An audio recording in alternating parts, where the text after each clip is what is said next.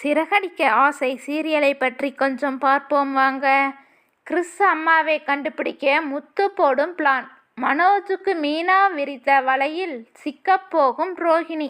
ஸ்கூலில் பேரண்ட்ஸ் மீட்டிங்கை முடித்துவிட்டு வீட்டுக்கு வரும் அண்ணாமலை வீடியோ காலில் பார்த்த கிறிஸுவின் அம்மாவை பற்றி சொல்கிறார்.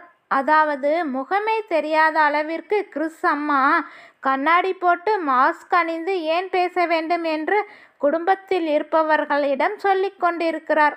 அங்கே வந்த மனோஜ், ஒருவேளை அவங்க வெளிநாட்டில் இருப்பதால் அங்குள்ள ரூல்ஸை ஃபாலோ பண்ணுவாங்களோ என்னமோ என்று சொல்லி அவர்களுக்கு சப்போர்ட்டாக மனோஜ் பேசிக்கொண்டிருந்தார். இதை பார்த்ததும் முத்துவும் மீனாவும் மனோஜை சந்தேக கண்ணோட பார்க்கிறார்கள். அதற்கு ஏற்றார் மாதிரி மனோஜும் பேசிக்கொண்டிருக்கிறார். அத்துடன் உதாரணத்திற்கு கிறிஸ் ரோஹிணியின் அம்மாவாக இருந்தால் வெளிநாட்டில் வைத்து பேசும் பொழுது இப்படித்தான் பேசியிருப்பாள் என்று சொல்லி ரோஹிணியை கூப்பிட்டு சாட்சி கேட்கிறார். ஆனால் ரோஹிணிதான் இதில் குற்றவாளி என்பதால் எதுவும் பேச முடியாமல் மற்றவர்களை பற்றி பேசி என்ன ஆகப்போகுது, அவர்களுக்கு என்ன பிரச்சனையோ அதை பற்றி நாம் டிஸ்கஸ் பண்ண தேவையில்லை என்று சொல்கிறார்.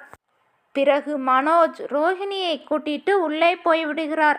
உடனே மீனா இந்த பேச்சை நிறுத்த வேண்டும் என்பதற்காகத்தான் மனோஜ் எஸ்கேப் ஆகிவிட்டார் என்று முத்துவிடம் சொல்கிறாள். இதனைத் தொடர்ந்து மீனா, எனக்கு சந்தேகமே இல்லை, கிறிஸ் மனோஜ் மற்றும் ஜீவாவின் குழந்தைதான் என்று உறுதியாக சொல்கிறாள். ஆனாலும் முத்து ஆதாரம் இல்லாமல் நாம் எதுவும் சொல்லக்கூடாது என்று சொல்லிய நிலையில் மீனா, எனக்கு ரோஹிணியை நினைத்தால்தான் பாவமா இருக்கு, ஆனால் இந்த விஷயம் ரோஹிணிக்கு தெரிந்தால் வீட்டை விட்டே போய்விடுவாள் என்று ரோஹிணிக்கு சப்போர்ட் பண்ணுகிறாள் மீனா.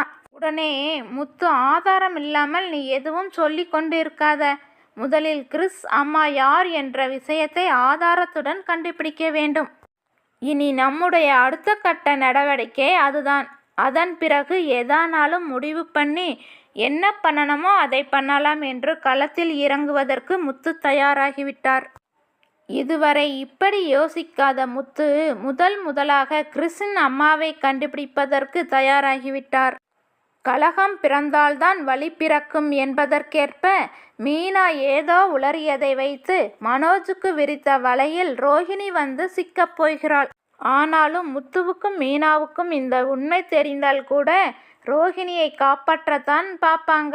குடும்பத்தில் இருப்பவர்களிடம் உண்மையை சொல்ல வாய்ப்பு இருக்காது.